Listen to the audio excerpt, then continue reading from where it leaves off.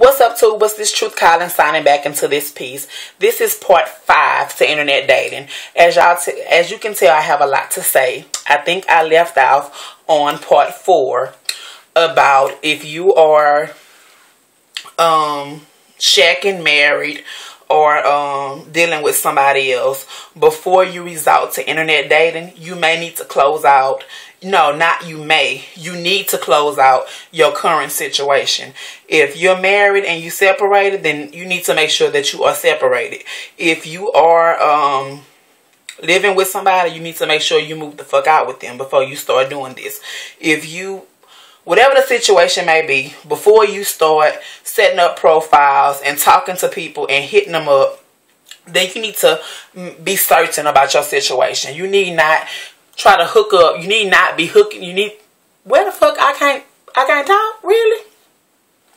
You need not meet people and hook up with them before your situations are closed out. Whatever you got going on. Because like I said, that's some fucked up shit. I fell subject to that a few times. And it wasn't even dealing with internet dating. It was just basically some here and now shit. Where I might have met somebody or somebody was feeling me and I began to feel them. And then later, somebody come up. And I'm thinking like, where the fuck did they come from? And then I do a little research. And then I be kind of mad because, I'm a huge analyst. So when I meet somebody, I analyze them from top to bottom. I definitely ask questions. If I have a friend that know them, I'm going to find out. I'm sorry. You may call it snooping. I may be some FBI shit. I'm not about to take interest in someone when I don't know not so much they past, but I need a background on you. I'm sorry. It'll help a motherfucker start coming with a little tag with some side effects, But I feel subject to that. I ain't gonna trip about it, because like I say, I'm thankful for every lesson I've learned in my life. I am a person where I will learn from my losses, but I will count my winnings. I will make a positive out of a negative any day. I don't care what it looks like. I am a living witness. I will attest to it. It don't matter what the situation look at being negative. You will find a positive way out, especially through prayer. Through our Father, if you have a situation going on with someone or something and you look for guidance, you go to Him. And He will see you through. So with that being said, I wanted to bring that up into the internet dating site too. When you are internet dating and you're single and you're lonely, take the time to read profiles. Take the time to ask them questions. If you meet somebody and they just want to text or and not talk on the phone, then maybe they got something they hide. If you meet somebody and I don't know, I'm trying to think of a situation, that someone may exhibit when you're hooking up with them and they may have somebody else. Like, it's signs everywhere. And like I said, I don't know if all of you guys are God-fearing. I am.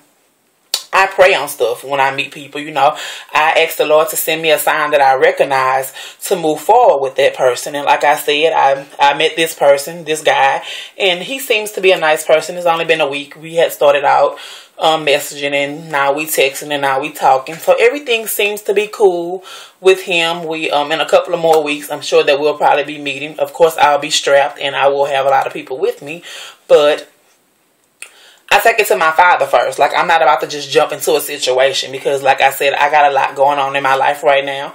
I got dreams big as St. Louis, and I really don't have a lot of time for bullshit. And I'm not about to sit here and let anyone lead me on false pretense. Like, I don't care if you cute. I don't care if you got a lot of money.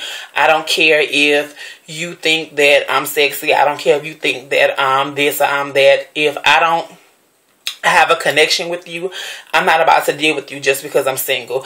I'm not about to deal with you just because I'm lonely. I'm not about to deal with you just because my friends are engaged or getting married and stuff like that. And I know when you're single, like, that's a big problem. I don't think I explained myself thoroughly in part 4. Like I said, in my circle, I love my friends. I love my family. But I do have a lot of people in my circle that are getting married, having kids. And that puts pressure on you when you're single. You want to one day have kids. You want to one day, you know, meet someone and fall in love and have that happily ever after shit. Because I know for me, I work 2 jobs to get by. So, you know, I want to have somebody where I could just work 1 job, you know. At least I could say if I'm working 2, at least I could come up on 2, you know. But now you work 2 to get by. So if I feel that I had someone in the same household as me contributing to the household, that's a big factor too. Because you ain't about to sit on your ass.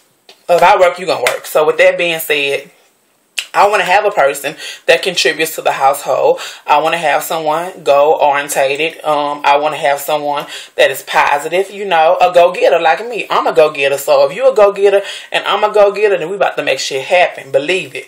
And I know that's why a lot of relationships don't work.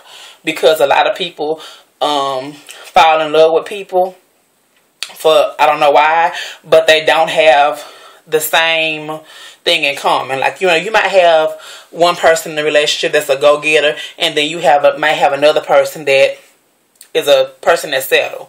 So I'm hoping to find, when I do find true love, you know, that old folky dope kind of love, when I find it and I sit down on it, I want that person to have similar characteristics that I have. I want you to be a go-getter. I want you to be God-fearing.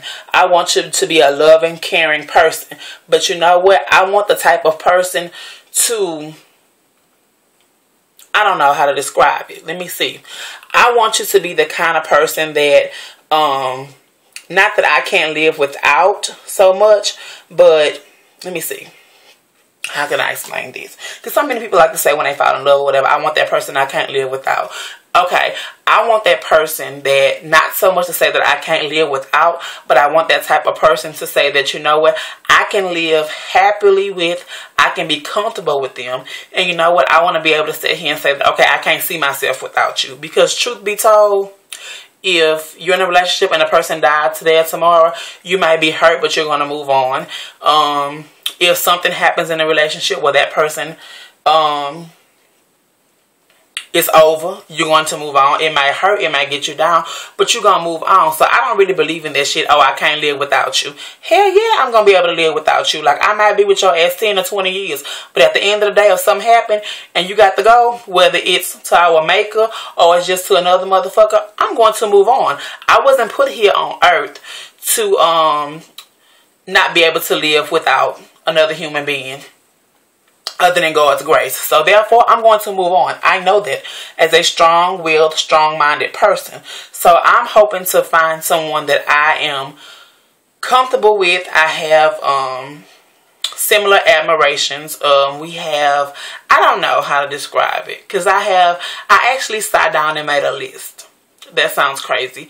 I made a list of the characteristics that I want my true love to have. I actually, I made it and I put it under my mattress and I sleep on it every night, which sounds weird, but I did. Actually, a friend of mine recommended it to me, and actually she's one of my best friends that is married now. She made a list. Well, we made it together. She made hers first and I made mine the next week. And it was like a year after we made the list, she got married. Like, she met the man of her dreams like a couple of months later, and then she married him and they have a child and she moved away. I can't stand the bitch. I love her to death. That's my sister. I love her. Anyway, I think I'm going to close this video out because I'm tired and I think I talked about everything that I wanted to talk about with internet dating. I may have some more stuff that I may think about.